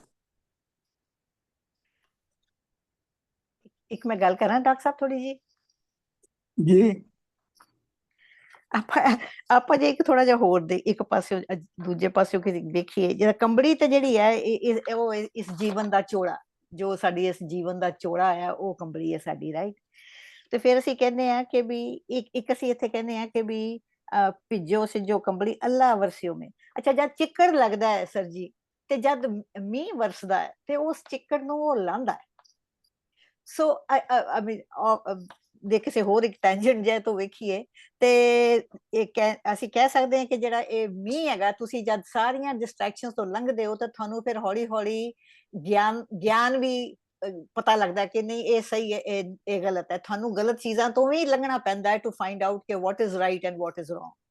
ਸੋ ਅੱਲਾ ਦਾ ਜਿਹੜਾ ਕਹਿੰਦੇ ਅੱਲਾ ਵਰਸਿਓ ਮੇ, ਤੇ ਅਸੀਂ ਇਹ ਕਹਿ ਸਕਦੇ ਹਾਂ ਕਿ ਵੀ ਇਹ ਗਿਆਨ ਦਾ ਮੀਂਹ ਜਿਹੜਾ ਹੈਗਾ, ਜਿਹੜਾ ਤੇਰਾ ਸਾਰੀ ਜਿਹੜਾ ਤੇਰਾ ਚਿੱਕੜ ਹੈਗਾ ਤੇਰੇ ਮਨ ਦੇ ਵਿੱਚ ਸਾਰੀ ਡਿਸਟਰੈਕਸ਼ਨ ਦੇ ਨਾਲ ਭਰਿਆ ਹੋਇਆ, ਇਹ ਤੇਰੀ ਗਿਆਨ ਦੇ ਮੀਂਹ ਦੇ ਨਾਲ ਇਹ ਸਾਫ਼ ਹੋ ਸਕਦਾ। ਇਹ ਤੇਰਾ ਜਿਹੜਾ ਜੀਵਨ ਦਾ ਚੋਲਾ, can we say it like that? ਹਾਂ, ਇਹ ਵੀ ਇਹਦੀ ਇੱਕ ਪਰਤ ਹੋ ਸਕਦੀ ਹੈ। ਲੇਕਿਨ ਬੀਬਾ ਜੀ ਅਗਰ ਮੈਂ ਤੇ ਗੱਲ ਜੀ ਸੌਰੀ, ਕਿਉਂਕਿ ਇੱਕ ਹੀ ਜਿਹੜਾ ਸ਼ਲੋਕ ਹੈ ਉਹਦੀਆਂ ਕਈ ਪੜਤਾਂ, ਹਜ਼ਾਰਾਂ ਪੜਤਾਂ ਨੇ ਉਹਦੀਆਂ, ਤੇ ਇਹ ਵੀ ਇੱਕ ਉਹਦੀ ਪੜਤ ਹੈਗੀ ਹੈ ਜੀ ਕਿ ਤੂੰ ਚੱਲਿਆ ਜਾ ਤੋ ਤੇਰਾ ਉਹ ਫਿਰ ਜਿਸ ਤਰ੍ਹਾਂ ਕਿ ਔਰ ਅਗੇਨ ਇੱਕ ਛੋਟੀ ਜਿਹੀ ਹੋਰ ਗੱਲ, ਜਿੱਦਾਂ ਹਮੇਸ਼ਾ ਬਾਬਾ ਨਾਨਕ ਵੀ ਬਾਬਾ ਫਰੀਦ ਵੀ ਕਿ ਵੀ ਇਹ ਜਿਹੜਾ ਨਖੇੜਦੇ ਨੇ ਉਸ ਗੱਲ ਨੂੰ ਕਿ ਵੀ ਜਿਹੜੇ ਲੋਕੀ ਚਲੇ ਜਾਂਦੇ ਨੇ ਆਪਣੇ ਜੰਗਲਾਂ ਦੇ ਵਿੱਚ ਔਰ ਪਰਬਤਾਂ ਦੇ ਉੱਤੇ ਕਿ ਤੁਹਾਨੂੰ ਜੀਵਨ ਦੇ ਵਿੱਚੋਂ ਵਿਚਰਨਾ, you have to go through life. So ਇੱਥੇ ਇੱਕ ਥੋੜਾ ਜਿਹਾ ਉਹਨਾਂ ਨੇ ਇਹਨਾਂ ਨੂੰ ਵੀ ਸ਼ਾਇਦ ਨਖੇੜਿਆ ਹੈ, ਜਿਹੜੇ ਉਹ ਚਲੇ ਜਾਂਦੇ ਜੋਗੀ ਬਣ ਕੇ। ਇੱਕ ਇਹਨਾਂ ਨੂੰ ਨਿਗੇੜਿਆ ਤੇ ਇੱਕ ਉਹਨਾਂ ਨੂੰ ਵੀ ਨਿਗੇੜਿਆ, ਜਿਹੜੇ ਪੰਡਤ ਤੇ ਮੌਲਵੀ ਜਾਂ ਸੋ ਕਾਲਡ ਆਲਮ ਆਪਣੇ ਆਪ ਨੂੰ ਚਿੱਟੀ ਚਾਦਰ ਉਹਦਾ ਉਹ ਮੈਟਾਫਰ ਹੈ ਕਿ ਉਹ ਚਿੱਟੀ ਚਾਦਰ ਪਾ ਕੇ ਸਮਝਦੇ ਨੇ ਕਿ ਉਹਨਾਂ ਦਾ ਜਿਹੜਾ ਅੰਦਰ ਛੁਪ ਗਿਆ ਔਰ ਉਹ ਚਿੱਟੀ ਚਾਦਰ ਨੂੰ ਹੁਣ ਬੜੇ ਪਵਿੱਤਰ ਔਰ ਜਾਂ ਦੁਨੀਆ ਵਾਸਤੇ ਬੜੇ ਇੱਕ ਗਿਆਨ ਵਾਲੇ ਹੋ ਗਏ ਨੇ। ਇਹਦੇ ਚ ਇਹੀ ਦੱਸਿਆ ਗਿਆ ਕਿ ਉਹ ਚਿੱਟੀ ਚਾਦਰ ਕੋਈ ਅਹਿਮੀਅਤ ਨਹੀਂ ਰੱਖਦੀ, ਉਹ ਭਾਵੇਂ ਕੰਬਲੀ ਹੋਏ ਭਾਵੇਂ ਲੋਈ ਹੋਏ, ਉਹ ਚਿੱਕੜ ਵੀ ਲੱਗਣਾ ਉਹਨੂੰ, ਉਹਦੇ ਤੇ ਬਾਰਿਸ਼ ਵੀ ਹੋਣੀ ਹੈ, ਸਾਰਾ ਕੁਝ, ਲੇਕਿਨ ਇਹਨੇ ਸਾਰੇ ਨੇ ਤੁਹਾਡਾ ਜਿਹੜਾ ਅੰਦਰ ਦਾ ਸੱਚ ਹੈ ਨਾ, ਜਿਹੜਾ ਤੁਹਾਡੇ ਅੰਦਰ ਪਵਿੱਤਰ ਹੈ, ਪਵਿੱਤਰ ਹੋਣ ਦੀ ਜਿਹੜੀ ਇੱਕ ਚੀਜ਼ ਆ ਉਹ ਤੁਹਾਡੀ ਖਤਮ ਨਹੀਂ ਕਰਨੀ ਹੁੰਦੀ। ਉਹ ਜਿਹੜੀ ਹੈ ਨਾ ਉਹ ਤੁਹਾਡੀ ਚਿੱਟੀ ਚਾਦਰ ਹੈ, ਬਾਹਰ ਤੁਹਾਡਾ ਚਿੱਟੀ ਚਾਦਰ ਨਹੀਂ। ਸਰ ਜੀ ਜਿਹੜੀ ਕੰਬਲੀ ਦੇ ਵੱਲ ਇਸ਼ਾਰਾ ਆ, ਇਹ ਫਕੀਰੀ ਵੱਲ ਵੀ ਇਸ਼ਾਰਾ ਹੈ? ਦੇਖੋ ਗੱਲ ਇਹ ਹੈਗੀ ਹੈ ਕਿ ਚਿੱਟੀ ਚਾਦਰ ਦਾ ਤੇ ਕੰਬਲੀ ਦਾ ਆਪਸ ਦੇ ਵਿੱਚ ਕੰਟਰਾਡਿਕਸ਼ਨ ਹੈ। ਜਿਹੜੀ ਚਿੱਟੀ ਚਾਦਰ ਹੈ ਉਹ ਮੁੱਲਾਂ ਦੀ ਅਲਾਮਤ ਹੈ, ਉਹ ਜਿਹੜੀ ਹੈ ਉਹ ਇੱਕ ਛਿੱਟ ਪੈਣ ਨਾਲ ਵੀ ਮੈਲੀ ਹੋ ਜਾਂਦੀ ਹੈ, ਖਰਾਬ ਹੋ ਜਾਂਦੀ ਹੈ। ਜਿਹੜੀ ਕਮਲੀ ਹੈ ਉਹ ਸਾਂਝੀ ਹੈ ਸਾਰਿਆਂ ਦੀ, ਉਹ ਕਈ ਕੁਝ ਸਹਾਰ ਜਾਂਦੀ ਹੈ।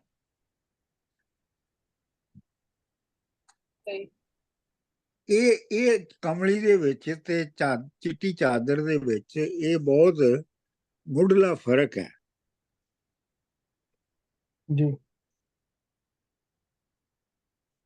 ਚਿੱਟੀ ਚਾਦਰ ਤਾਂ ਫਿਰ ਐਲੀਟਿਸਟ ਹੋ ਗਏ ਨਾ ਸਰ ਜੀ। ਚਿੱਟੀ ਚਾਦਰ ਤੇ ਆਰਗੇਨਾਈਜ਼ਡ ਮੁੱਲਾ ਤੇ ਕਾਜ਼ੀ ਤੇ ਪੰਡਿਤ ਤੇ ਉਹ ਹੋ ਗਏ ਨਾ ਚਿੱਟੀ ਚਾਦਰ ਵਾਲੇ। ਜੀ ਇਹ ਫਕੀਰੀ ਵਾਲੇ।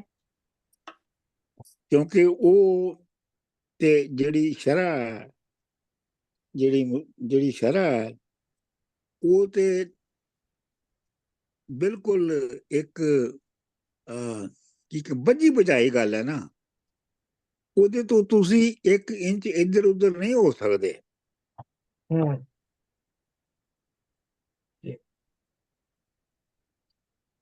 ਇੱਧਰ ਉੱਧਰ ਹੋ ਗਏ ਤੇ ਉਹਦਾ ਮਤਲਬ ਹੈ ਚਿੱਟੀ ਚਾਦਰ ਜਿਹੜੀ ਹੈ ਉੱਤੇ ਛਿੱਟ ਪੈ ਗਈ।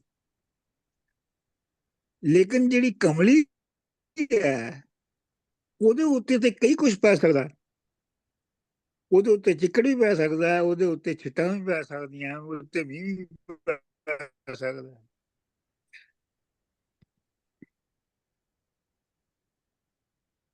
ਭਿੱਜੋ ਸਿੱਜੋ ਕਮਲੀ ਅੱਲਾ ਵਰਸੋ में। ਮਤਲਬ ਇਹ ਹੈ ਕਿ ਚਿੱਕੜ ਜਿਹੜਾ ਹੈ ਗਲੀਆਂ ਦੇ ਵਿੱਚ ਇਹ ਤੇ ਹੈਗਾ, ਤੇ ਇਹਦੇ ਨਾਲ ਜਿਹੜੀ ਕਮਲੀ ਹੈ ਉਹਨੇ ਵੀ ਭਿੱਜਣਾ ਇਸ ਗੰਦ ਵਿੱਚ। ਪਰ ਜੇ ਤੁਸੀਂ ਹਿੰਮਤ ਕਰ ਲਓ ਲੰਘਣ ਦੀ ਤੇ ਉਹ ਚਿੱਕੜ ਨੂੰ ਧੋਣ ਵਾਲਾ ਮੀਂਹ ਵੀ ਪੈਣਾ ਸ਼ੁਰੂ ਹੋ ਜਾਂਦਾ ਹੈ। ਮਤਲਬ ਤੁਹਾਡੇ ਅੰਦਰ ਉਹ ਤਾਕਤਾਂ ਵੀ ਪੈਦਾ ਹੋ ਜਾਂਦੀਆਂ ਨੇ ਜਿਹੜੀਆਂ ਕਿ ਉਹਨਾਂ ਬੁਰਾਈਆਂ ਨੂੰ ਰੋਕਦੀਆਂ ਨੇ, ਜਿਹੜੀਆਂ ਕਿ ਤੁਹਾਡੇ ਅੰਦਰ ਪੈਦਾ ਹੋ ਸਕਦੀਆਂ ਨੇ। ਸੋ ਇਹ ਮੈਨੂੰ ਤੇ ਇਹ ਇੰਜ ਸਮਝ ਆਇਆ। ਬੜਾ ਹੀ ਇੰਸਪੀਰੇਸ਼ਨਲ ਗੱਲ ਹੈ ਡਾਕਟਰ ਸਾਹਿਬ ਕਿ ਬਈ ਅਗਰ ਗਲੀਆਂ ਚਿੱਕੜ ਤੁਹਾਨੂੰ ਲੱਗਦਾ ਪਿਆ ਉਹਦੇ ਡਰ ਤੋਂ ਤੁਸੀਂ ਬੈਠੇ ਹੋ ਤੇ ਅਗਰ ਹਿੰਮਤ ਕਰੋ ਤੇ ਉਹ ਮੀਂਹ ਉਹ ਚਿੱਕੜ ਸਾਫ਼ ਵੀ ਕਰ ਸਕਦਾ ਹੈ ਔਰ ਤੁਹਾਨੂੰ ਪਹੁੰਚਾ ਵੀ ਸਕਦਾ ਹੈ ਅਗਰ ਤੁਸੀਂ ਜ਼ਰਾ ਲਿਬਰਲਾਈਜ਼ ਹੋ ਕੇ। ਅਗਰ ਤੁਸੀਂ ਹਿੰਮਤ ਕਰੋ, ਹਾਂਜੀ, ਅਗਰ ਤੁਸੀਂ ਹਿੰਮਤ ਕਰੋ ਔਰ ਤੁਸੀਂ ਨਿਕਲੋ ਉਹਨਾਂ ਗਲੀਆਂ ਵਿੱਚ ਜਿਹੜੀਆਂ ਚਿੱਕੜ ਭਰੀਆਂ ਨੇ, ਤੇ ਮੀਂਹ ਵੀ ਪੈ ਸਕਦਾ ਹੈ, ਬਲਕਿ ਮੀਂਹ ਪਵੇਗਾ। ਜਿਹੜਾ ਉਹਨਾਂ ਚਿੱਕੜ ਭਰੀਆਂ ਕਲੀਆਂ ਦੇ ਲੱਗੇ ਹੋਏ ਗੰਦ ਨੂੰ ਸਾਫ਼ ਕਰੇਗਾ। ਡਾਕਟਰ ਸਾਹਿਬ ਇਹ ਤੇ ਬੜੇ ਅੱਛੇ ਖਾਸੇ ਤੁਹਾਡੇ ਜਿਹੜੇ ਖੌਫ ਨੇ ਚਿੱਕੜ ਤੋਂ ਬਚਣ, ਚਿੱਕੜ ਚ ਵੜਨ ਦੇ, ਉਹ ਖਤਮ ਕਰਦਾ ਪਿਆ ਹੈ ਤੇ ਬੜੀ ਪੋਜ਼ਿਟਿਵ ਨੋਟ ਉਹਨਾਂ ਦਾ। ਵੀ ਖੌਫ ਤੋਂ ਬਾਹਰ ਆਵੋ, ਤੁਸੀਂ ਖੌਫ ਤੋਂ ਬਾਹਰ ਆਓ। ਮੀਂਹ ਪਵੇਗਾ ਅਗਰ ਤੁਸੀਂ ਖੌਫ ਤੋਂ ਬਾਹਰ ਆਓਗੇ ਔਰ ਫ੍ਰੀडम ਚਾਹੋਗੇ, ਆਪਣੀ ਲਿਬਰਲਾਈਜ਼ ਕਰੋਗੇ ਆਪਣੇ ਆਪ ਨੂੰ। ਡਾਕਟਰ ਸਾਹਿਬ ਇੱਕ ਹੋਰ ਪਹਿਲੂ ਇਹਦਾ ਇਹ ਹੈ ਕਿ ਕੋਈ ਬੰਦਾ ਕਿਤੇ ਗੁਜ਼ਰਦਾ ਮੈਨੂੰ ਨਜ਼ਰ ਆ ਜਾਏ ਜਿਹਦੀ ਲੋਈ ਬੜੀ ਗੰਦੀ ਹੋਏ ਤੇ ਉਹਦੇ ਤੇ ਚਿੱਕੜ ਵੀ ਲੱਗਾ ਹੋਏ, ਤੇ ਇਹਦਾ ਮਤਲਬ ਇਹ ਨਹੀਂ ਕਿ ਉਹਦਾ ਤਨ ਵੀ ਮੈਲਾ ਹੋਏਗਾ।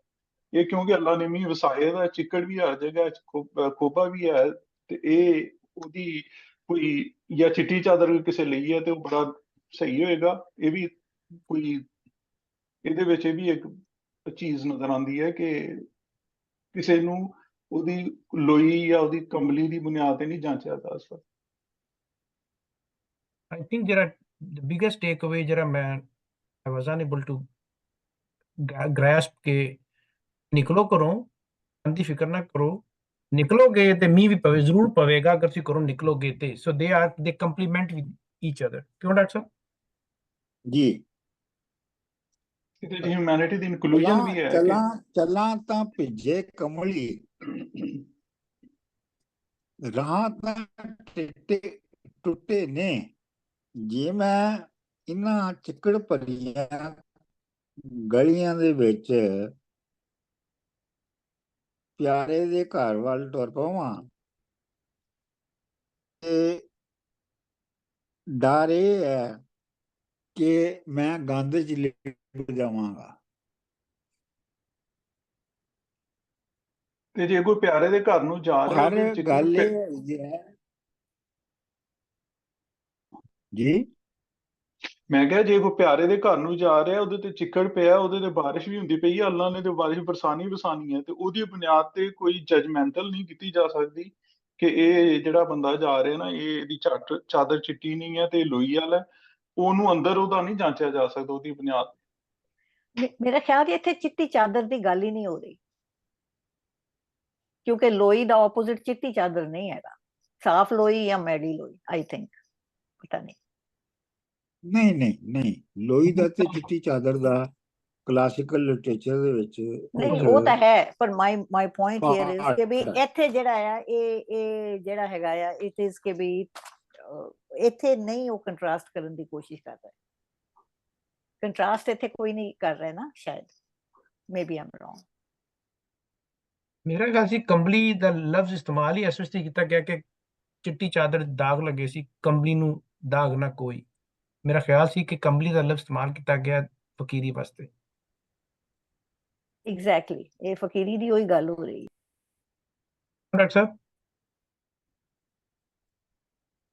ਹਾਂ ਠੀਕ ਹੈ।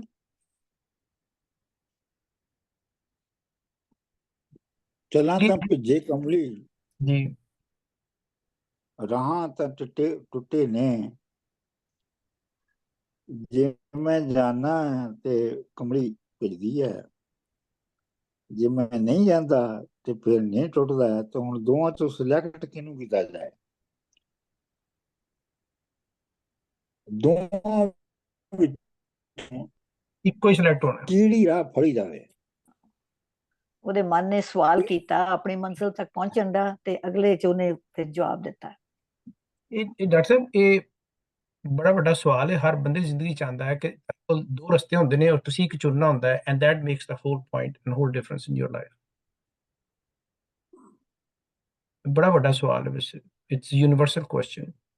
वैसे डॉक्टर साहब सॉरी, बिल्कुल आखिरी कमेंट कि चिट्टी चादर और कमली अपर अक्सर मिकी जेड़ा इस डिस्टिंक्शन फील होनी ना, वो ये होनी कि जेड़ी चिट्टी चादर ही ना वो दूसरे की दिखाने वास्ते तुसा लाने हो या पाने हो, ताकि दूसरे की पता लगे कि तुसा ना कितना ओदा आया या तुसा नी केड़ी चिट्टी चादर तुसा अफोर्ड करी सकने हो वगैरह। ਜਿਹੜੀ ਕਮਲੀ ਹੈ ਨਾ, ਉਹ ਆਪਣੇ ਆਪ ਕੀ ਢੱਕਣ ਵਾਸਤੇ ਤੁਸੀਂ ਆਪਣੇ ਵਾਸਤੇ ਤੁਸੀਂ ਉਸਦੀ ਬੁੱਕਲ ਮਾਰਨੇ ਹੋ, ਤੁਸੀਂ ਨਹੀਂ। ਸੋ ਇਹ ਮੈਨੂੰ ਹਮੇਸ਼ਾ ਇਹ ਫਰਕ ਲੱਗਾ ਕਿ ਇੱਕ ਕਮਲੀ ਦਾ ਲਫ਼ਜ਼ ਜਿਹੜਾ ਇਸਤੇਮਾਲ ਹੋਣਾ ਉਹ ਆਪਣੀ ਜ਼ਾਤ ਔਰ ਆਪਣੀ ਦਰਵੇਸ਼ੀ ਵਾਸਤੇ ਇਸਤੇਮਾਲ ਹੋਣਾ, ਤੇ ਚਿੱਟੀ ਚਾਦਰ ਜਿਹੜੀ ਹੈ ਉਹ ਦਿਖਾਵਾ ਜ਼ਿਆਦਾ ਹੈ। ਇਹ ਕਿਸ਼ੋਰ ਜੀ, ਇਹਦੇ 'ਚ ਇੱਕ ਇਹ ਵੀ ਤੁਸੀਂ ਦੇਖੋ ਨਾ ਕਿ ਜਿਹੜੀ ਚਿੱਟੀ ਚਾਦਰ ਹੈ ਨਾ, ਉਹਨੂੰ ਸ਼ੇਅਰ ਕਰਨਾ ਬੜਾ, ਜਿਹਨਾਂ ਨਾਲ ਉਹਨੂੰ ਵੰਡਣਾ ਬੜਾ ਮੁਸ਼ਕਿਲ ਹੈ, ਕਿਉਂਕਿ ਉਹਦੇ ਗੰਦੇ ਹੋਣ ਦਾ ਫੌਰਨ ਸਵਾਲ ਪੈਦਾ ਹੋ ਜਾਏਗਾ। ਜਿਹੜੀ ਕਮਲੀ ਹੈ ਉਹਦੇ ਵਿੱਚ ਇਹ ਡਰ ਨਹੀਂ ਹੈਗਾ, ਉਹਨੂੰ ਦੂਜਿਆਂ ਨਾਲ ਵੀ ਸ਼ੇਅਰ ਕੀਤਾ ਜਾ ਸਕਦਾ। ਬਿਲਕੁਲ, ਇਹ ਬੜਾ ਰਿਕਰਿੰਗ। ਗਲੀਆਂ ਚਿੱਕੜ ਦੂਰ ਘਰ ਨਾ ਪਿਆਰੇ ਨਿਆ, ਮਤਲਬ ਇਹ ਤੇ ਲਾਜ਼ਮੀ ਹੈ ਕਿ ਜਿਹੜੀਆਂ ਗਲੀਆਂ ਨੇ ਉਹ ਚਿੱਕੜ ਨਾਲ ਭਰੀਆਂ ਹੋਈਆਂ, ਤੇ ਪਿਆਰੇ ਦਾ ਘਰ ਵੀ ਦੂਰ ਹੈ।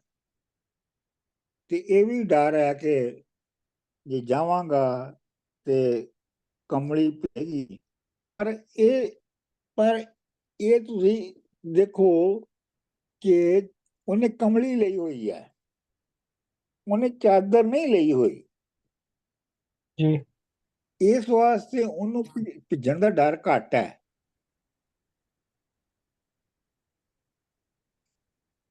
ਬਿਜੋ ਸਿੱਜੋ ਕਮਲੀ, ਮੈਂ ਇਹੋ ਜਿਹੜੀ ਮੈਂ ਗੱਲ ਕਹਿ ਰਿਹਾ ਨਾ ਕਿ ਬਈ ਜਿਹੜੀ ਕਮਲੀ ਹੈ ਉਹ ਭਿੱਜੇਗੀ ਵੀ ਸਿੱਜੇਗੀ ਵੀ, ਤੇ ਤਾਂ ਵੀ ਉਹਦਾ ਕੁਝ ਨਹੀਂ ਵਿਗੜਨਾ। ਡਾਕਟਰ ਸਾਹਿਬ ਬੇਪਰਵਾਹੀ ਜੀ ਇੱਥੇ ਦਿਖਾ ਰਿਹਾ ਹੋ ਨਾ, ਜਦੋਂ ਕਹਿੰਦੇ ਕਿ ਕੋਈ ਗੱਲ ਨਹੀਂ, ਆਈ ਡੋਂਟ ਕੇਅਰ ਅਗਰ ਗਮਲੀ ਭਿੱਜਦੀ ਵੀ ਹੈ, ਅੱਲਾ ਮੀਂਹ ਵਸਾ ਕੇ ਉਹਨੂੰ ਆਪੇ ਸਾਫ਼ ਕਰ ਦੇ। ਬਿਲਕੁਲ, ਇਹ ਤੇ ਬੜੀ ਫਰੀडम ਇਹਦੇ ਚ। ਹਾਂਜੀ, ਮੈਂ ਥੋੜੀ ਗੱਲ ਕਰਾਂ ਜੀ। ਬਿਲਕੁਲ ਕਰੋ ਜੀ, ਮੇਰੇ ਤੁਸੀਂ ਖਿਆਲ ਬਹੁਤ ਹੀ ਇਹ ਸਾਰੀ ਗੱਲ ਕਰੋ।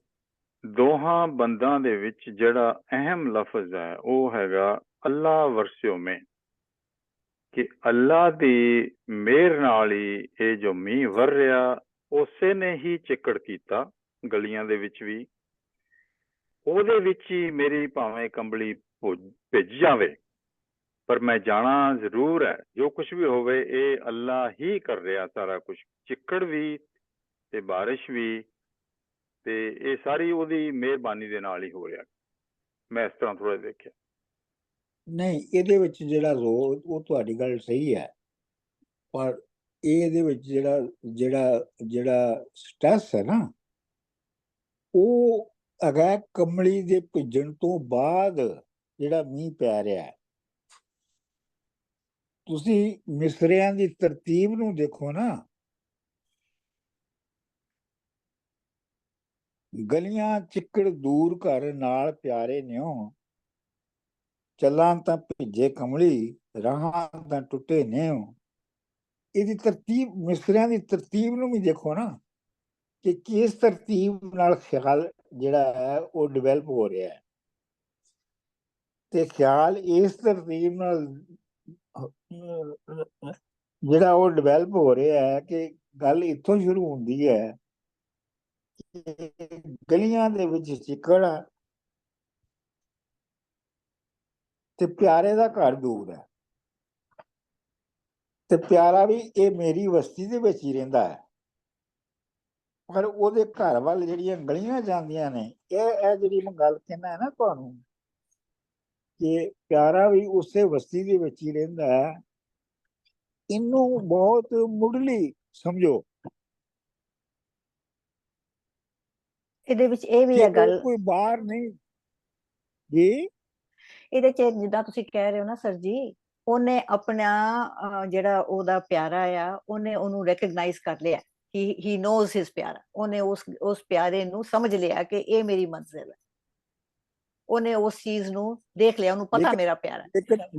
ਲੇਕਿਨ ਇਹ ਹੈ ਕਿ ਉਹ ਮੇਰੀ ਬਸਤੀ ਦਾ, ਉਹ ਵੀ ਐਗਜ਼ੈਕਟਲੀ ਮੇਰੀ ਬਸਤੀ ਦਾ ਵਾਸੀ ਆ, ਕਿਉਂਕਿ ਉਹ ਤਾਂ ਹੀ ਹੈ ਨਾ, ਕਿਉਂਕਿ ਉਹ ਜੋ ਉਹਦੀ ਜਿਹੜੀ ਰਜ਼ਾ ਆ, ਜਾਂ ਜਿਹੜਾ ਉਹ ਲਾਅ ਆਫ ਨੇਚਰ ਜਿਹੜਾ ਚੱਲ ਰਿਹਾ, ਮੈਂ ਸਮਝ ਗਿਆ, ਸੋ ਮੈਂ ਉਹਦਾ ਇੱਕ ਪਾਰਟ ਆ, ਉਹ ਮੇਰੀ ਬਸਤੀ ਦਾ ਇੱਕ ਪਾਰਟ ਆ, ਇੱਥੋਂ ਬਾਹਰ ਮੇਰੀ ਨਹੀਂ ਸਮਝ ਦਾ ਇੱਕ ਸੈਕਿੰਡ, ਜਿਹੜੀ ਮੇਰੀ ਬਸਤੀ ਦਾ ਹੀ ਉਹ ਪਾਰਟ ਹੈ, ਮੈਨੂੰ ਪਤਾ ਹੈ ਕੌਣ ਹੈ, I have recognised, I have accepted it.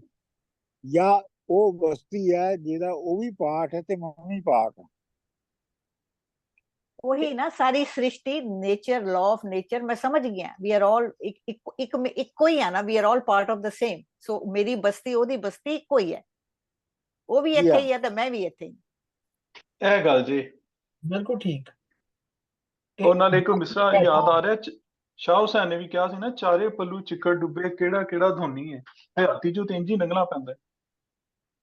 ਇਹ ਵੈਸੇ ਸ਼ਾਹ ਹੁਸੈਨ ਦੀ ਲਾਈਨ ਨਹੀਂ ਹੈਗੀ। ਕਿਹਦੀ ਹੈ ਸਰ? ਸੌਰੀ, ਮਾਫੀ ਚਾਹੁੰਦਾ, ਮੈਨੂੰ ਨਹੀਂ ਪਤਾ ਕਿਹਦੀ ਹੈ, ਪਰ ਸ਼ਾਹ ਹੁਸੈਨ ਦੀ ਨਹੀਂ ਹੈਗੀ। ਚਲੋ ਕਿਸੇ ਸ਼ਾਇਰ ਦੀ ਹੈ, ਚਾਰੇ ਪੱਲੂ ਚਿੱਕੜ ਡੁੱਬੇ, ਕਿਹੜਾ ਕਿਹੜਾ ਧੋਨੀ। ਸ਼ਾਹ ਹੁਸੈਨ ਦੀ ਹੈਗੀ ਹੈ, ਚਾਰੇ ਪੱਲੂ ਚੋਲੜੀ, ਨੈਣ ਰੋਂਦੀ ਦੇ ਬਿਨੇ। ਸ਼ਾਹ ਹੁਸੈਨ ਦੀ ਲਾਈਨ ਇਹ ਹੈਗੀ ਹੈ, ਚਾਰੇ ਪੱਲੂ ਚੋਲੜੀ, ਨੈਣ ਰੋਂਦੀ ਦੇ ਬਿਨੇ।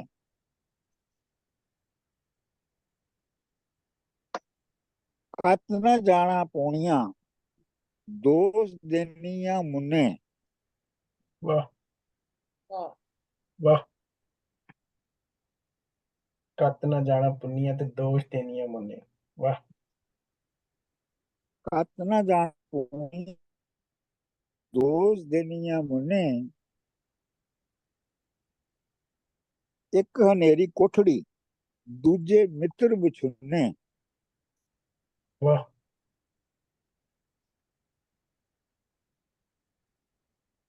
ਮੈਂ 3 ਲਾਈਨਾਂ ਯਾਦ ਆਈਆਂ ਨੇ।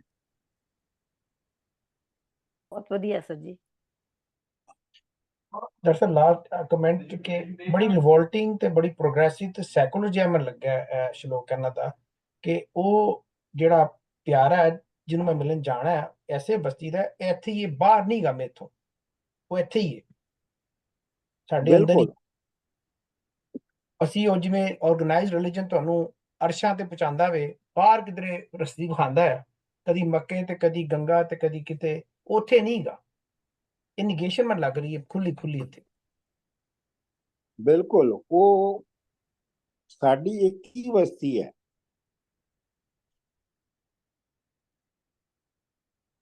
ਗਲੀਆਂ ਚਿੱਕੜ ਦੂਰ ਘਰ, ਪਰ ਉਹ ਘਰ ਹੈ ਦੂਰ, ਇਹ ਵੀ ਯਾਦ ਰੱਖੋ। ਬਸਤੀ ਤੇ ਇੱਕ ਹੀ ਹੈ, ਪਰ ਘਰ ਉਹਦਾ ਜਿਹੜਾ ਪਿਆਰੇ ਦਾ ਉਹ ਹੈ ਉਸੇ ਬਸਤੀ ਦੇ ਵਿੱਚ ਹੀ ਹੈ, ਪਰ ਉਹ ਹੈ ਬਹੁਤ ਦੂਰ। ਲਓ ਜੀ, ਗੱਲ ਇਹ ਹੈਗੀ ਹੈ ਕਿ ਮੇਰੀ ਬੈਟਰੀ ਮੁੱਕੀ ਜੇ ਮੁੱਕ। ਤੁਹਾਡੇ ਫੋਨ ਦੀ ਬੈਟਰੀ? ਹਾਂਜੀ। ਤੁਸੀਂ ਜਦੋਂ ਮੇਰੀ ਮੁਕਾਓਗੇ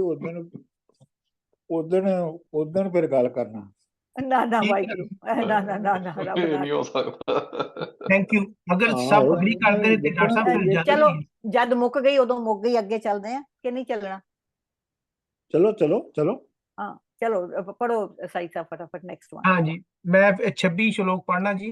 मैं भुलावा पग दा मत मैली हो जा, मैं भुलावा पग दा मत मैली हो जा, गैला रू ना जानी, गैला रू ना जानी, सिर भी मिट्टी खा। मैं जी। पढ़दी हां जी। मैं भुलावा पग दा मत मैली हो जाए, गैला रू ना जाने, सिर भी मिट्टी खाए। हाँ जी, मैं पढ़दा अगे। मैं भुलावा पग दा मत मैली हो जाए, गैला रू न जाने, सिर भी मिट्टी खाए। ਤੇ ਮੈਂ ਭੁਲਾਵਾ ਪੱਗ ਦਾ ਮਤ ਮੈਲੀ ਹੋ ਜਾਏ, ਗਹਿਲਾ ਰੂਹ ਨਾ ਜਾਣੀ, ਸਿਰ ਵੀ ਮਿੱਟੀ ਖਾਏ। मैं भुलावा पग दा मत मैली हो जाए, गैला रूह ना जाने, सर भी मिट्टी खाए। मैं भुलावा पग दा मत मैली हो जाए, गैला रूह ना जानी, सिर भी मिट्टी खाए। Very good मदिया, very good. Thank you. मैं भुलावा पग दा मत मैली हो जाए। ਮੈਨੂੰ ਭੁਲੇਖਾ ਇਹ ਹੈਗਾ ਕਿ ਮੇਰੀ ਜਿਹੜੀ ਪੱਗ ਹੈ ਨਾ, ਪਗੜੀ ਜਿਹੜੀ ਹੈ, ਉਹ ਕਿਤੇ ਮੈਲੀ ਨਾ ਹੋ ਜਾਵੇ। ਇਸ ਗੱਲ ਦਾ ਵੀ ਡਰ ਰਹਿੰਦਾ ਹੈ। ਗਹਿਲੇ ਦਾ ਮਤਲਬ ਹੈਗਾ ਪਾਗਲ, ਕਮਲਾ। ਜਿਹੜਾ ਕਮਲਾ ਰੂਹ ਹੈ, ਉਹਨੂੰ ਇਹ ਨਹੀਂ ਪਤਾ ਕਿ ਜਿਹੜਾ ਜੇ ਸਿਰ ਦੇ ਉੱਤੇ ਪੱਗ ਤੂੰ ਰੱਖੀ ਹੈ, ਉਹਨੂੰ ਵੀ ਮਿੱਟੀ ਨੇ ਖਾ ਜਾਣਾ। वाह, ਜ਼ਬਰਦਸਤ ਜ਼ਬਰਦਸਤ। कि पग ना मैली है। ओ वाह जी वाह। ਹੈ जी जारी रखो डॉक्टर साहब। ਨਹੀਂ ਨਹੀਂ, ਮੈਂ ਮਤਲਬ ਉਹ ਇਹੋ ਹੀ ਹੈ ਨਾ ਕਿ ਬਈ ਸਾਨੂੰ ਤੇ ਡਰ ਹੈ ਕਿ ਸਾਡੇ ਇਸ ਜੁੱਸੇ ਨੂੰ ਦਾਗ ਨਾ ਲੱਗੇ ਇਹਨੂੰ। ਔਰ ਖਾਸ ਤੌਰ ਤੇ ਪੱਗ ਜਿਹੜੀ ਹੈ ਉਹ ਤੁਹਾਡੀ ਇੱਜ਼ਤ ਹੈ, ਉਹ ਤੁਹਾਡੇ ਆਨਰ ਦਾ ਨਿਸ਼ਾਨ ਹੈ। ਮੈਂ ਭੁਲਾਵਾ ਪੱਗ ਦਾ ਮਤ ਮੈਲੀ ਹੋ ਜਾਏ।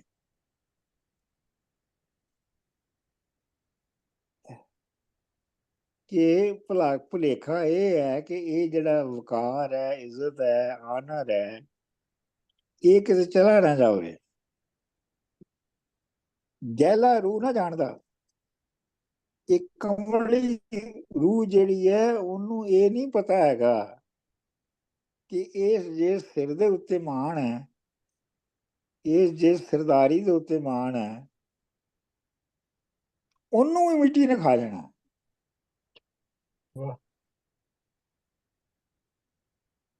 ਬਾਬਾ ਜੀ ਕੀ ਕਮਾਲ ਪੱਗ ਸੀ। ਪੱਗ ਦਾ ਇੱਕ ਨਿਸ਼ਾਨ ਮਤਲਬ ਈਗੋ ਵੀ ਤਾਂ ਹੈ ਨਾ ਸਰ ਜੀ, ਕਿ ਤੂੰ ਸਿਰ ਚੱਕ ਕੇ ਈਗੋ ਈਗੋ ਆਪਣੀ ਨੂੰ ਖਤਮ ਕਰਨ ਦੀ ਗੱਲ ਵੀ ਹੈ ਨਾ, ਕਿ ਪੱਗ ਈਗੋ, ਤੂੰ ਸਿਰ ਨਹੀਂ ਨਵਾਉਂਦਾ ਕਿ ਤੇਰੀ ਮਿੱਟੀ ਥੱਲੇ ਹੋ ਜੂ, ਕਿ ਵੀ ਤੈਨੂੰ ਤੇਰੀ ਇੱਜ਼ਤ ਜਾਂਦੀ ਰਹੂਗੀ, ਤੂੰ ਇੰਨਾ ਈਗੋਟਿਸਟਿਕਲ ਆਦਮੀ ਹੈ, ਪਰ you are also just in that cycle of the law of nature. पहले तुम्हारा कमरा कराएंगे बाद में हाँ ਮੈਨੂੰ ਭੁਲੇਖਾ ਇਹ ਹੈ ਜਿਹੜਾ ਸਾਨੂੰ ਸਾਰਿਆਂ ਨੂੰ ਮਿਲਦਾ, ਤੁਸੀਂ ਅੱਗੇ ਦੇਖ ਲਓ, ਭਾਵੇਂ ਅਸੀਂ ਮਾੜੇ ਹੋਈਏ ਜਾਂ ਚੰਗੇ ਹੋਈਏ, ਸਾਨੂੰ ਸਾਰਿਆਂ ਨੂੰ ਭੁਲੇਖਾ ਰਹਿੰਦਾ ਹੈ ਕਿ ਸਾਡੀ ਜਿਹੜੀ ਪੱਗ ਹੈ, ਸਾਡਾ ਜਿਹੜਾ ਵਕਾਰ ਹੈ, ਉਹ तुम कहाँ से आए जहन्नुम में ਤੇ ਉਹ ਜਿਹੜੀ ਹੈ ਉਹ ਕਿਤੇ ਮੈਲੀ ਨਾ ਹੋ ਜਾਏ, ਉਹਦੇ ਤੇ ਕਿਤੇ ਦਾਗ ਨਾ ਪੈ ਜਾਣ। ਪਰ ਇਹ ਜਿਹੜਾ ਰੂਹ ਹੈ, ਉਹ ਤੁਸੀਂ ਦੇਖੋ ਕਿ ਰੂਹ ਦਾ ਲਫ਼ਜ਼ ਵਰਤਿਆ ਹੈ, ਜ਼ੇਨ ਨਹੀਂ ਵਰਤਿਆ, ਕਿ ਤੁਹਾਡਾ ਐਸੈਂਸ ਵੀ ਜਿਹੜਾ ਹੈ ਉਹਦੇ ਵਿੱਚ ਵੀ ਇਹ ਪਰਸੀਵ ਨਹੀਂ ਤੁਹਾਨੂੰ ਹੁੰਦਾ ਕਿ ਸਿਰ ਜਿਹੜਾ ਹੈ ਉਹਨੂੰ ਮਿੱਟੀ ਨੇ ਖਾ ਜਾਣਾ।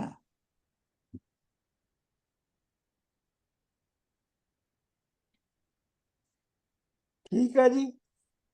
ਕਿ ਤੁਸੀਂ ਇੱਕ ਬਸ ਉਹ ਜਿਹੜੀ ਉਹ ਸਾਈਕਲ ਆਫ ਨੇਚਰ ਹੈਗੀ, ਜਿਹੜੀ ਲਾਅ ਆਫ ਨੇਚਰ ਦੇ ਹੀ ਇੱਕ ਛੋਟੇ ਜਿਹੇ ਹਿੱਸੇ ਹੋ। ਫਾਈਨ ਹਾਂਜੀ, ਕਿ ਬਈ ਤੁਸੀਂ ਵੀ ਜਿਹੜਾ ਸਾਈਕਲ ਆਫ ਨੇਚਰ ਹੈਗਾ ਆ, ਜਿਹੜਾ ਤੁਹਾਡਾ ਐਸੈਂਸ ਹੈ, ਜਿਹੜਾ ਤੁਹਾਡਾ your essence is also just a part of the cycle of nature, ਜਿਹਦੇ ਤੁਸੀਂ ਇੱਕ ਹਿੱਸੇ ਹੋ।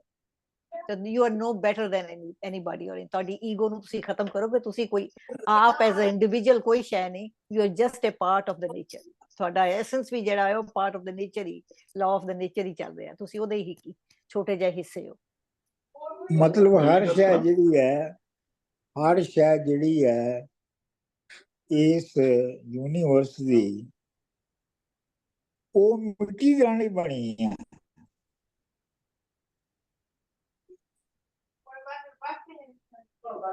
ਉਹ ਕੀ ਸ਼ੇਰ ਹੈਗਾ, ਉਹ ਕੀ ਇੱਕ ਸ਼ੇਰ ਹੈਗਾ,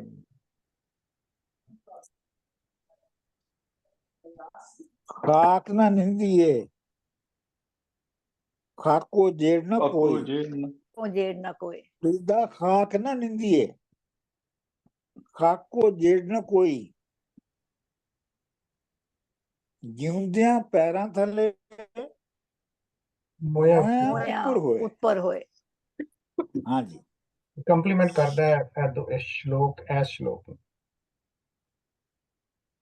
ਤੇ ਡਾਕਟਰ ਸਾਹਿਬ ਇਹਨੂੰ ਜ਼ਰਾ ਥੋੜਾ ਇਸ ਤਰ੍ਹਾਂ ਦੇਖ ਸਕਦੇ ਹਾਂ ਕਿ ਫਰੀਦ ਦਾ ਮੈਂ ਭੁਲਾਵਾ ਪੱਗ ਦਾ ਮਤ ਮੈਲੀ ਹੋ ਜਾਏ, ਕਿ ਇਹ ਜਿਹੜੇ ਸਮਾਜਿਕ ਰੂਲ ਬਣੇ ਨੇ, ਅਸੂਲ, ਸ਼ਾਨੋ ਸ਼ੌਕਤ ਬਣੀ ਪਈ ਆ ਮੇਰੀ ਸਾਰੀ, ਵਰਸਿਸ ਕਿ ਮੈਂ ਗਹਿਲਾ ਰੂਹ ਨਾ ਜਾਣੀ ਕਿ ਇਹ ਸਿਰ ਵੀ ਜਿਹੜਾ ਹੈਗਾ ਮਿੱਟੀ ਦਾ ਬਣਿਆ। ਮਿੱਟੀ ਇਹਦੇ ਵਿੱਚ ਅਹਿਮ ਲਫ਼ਜ਼ ਮੈਂ ਸਮਝਾ ਕਿ 5 ਤੱਤਾਂ ਦੇ ਵਿੱਚੋਂ ਇੱਕ ਤੱਤ ਜਿਹੜਾ ਮਿੱਟੀ ਆ, ਉਹ ਵੀ ਸਿਰ ਵੀ ਉਸ ਮਿੱਟੀ, ਉਸੇ ਤੱਤ ਦਾ ਬਣਿਆ, ਜਿਹਦੇ ਤੂੰ ਡਰਦਾ ਕਿ ਮੇਰੇ ਤੇ ਮਿੱਟੀ ਨਾ ਪੈ ਜਾਏ ਪੱਗ ਦੇ ਉੱਤੇ, ਸਿਰ ਵੀ ਉਸੇ ਹੀ ਮਿੱਟੀ ਦਾ ਬਣਿਆ। ਮਿੱਟੀ ਦਾ ਮਤਲਬ ਮਟੀਰੀਅਲ ਹੈ ਨਾ।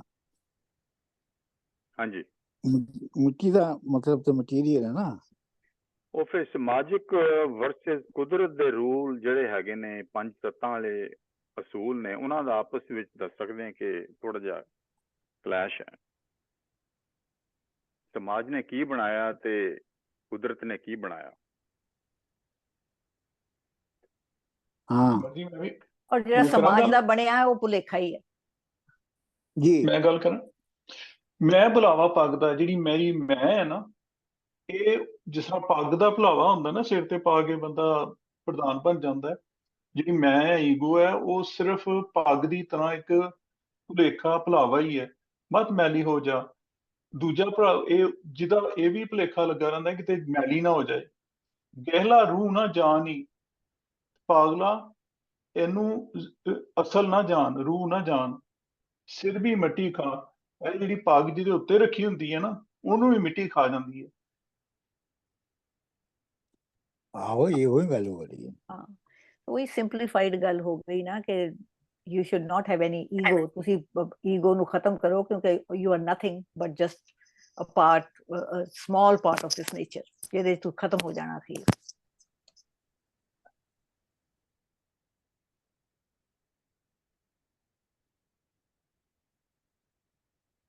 ये शेर बार बार पढ़ना चाहिए, याद कराओ अपने आप की।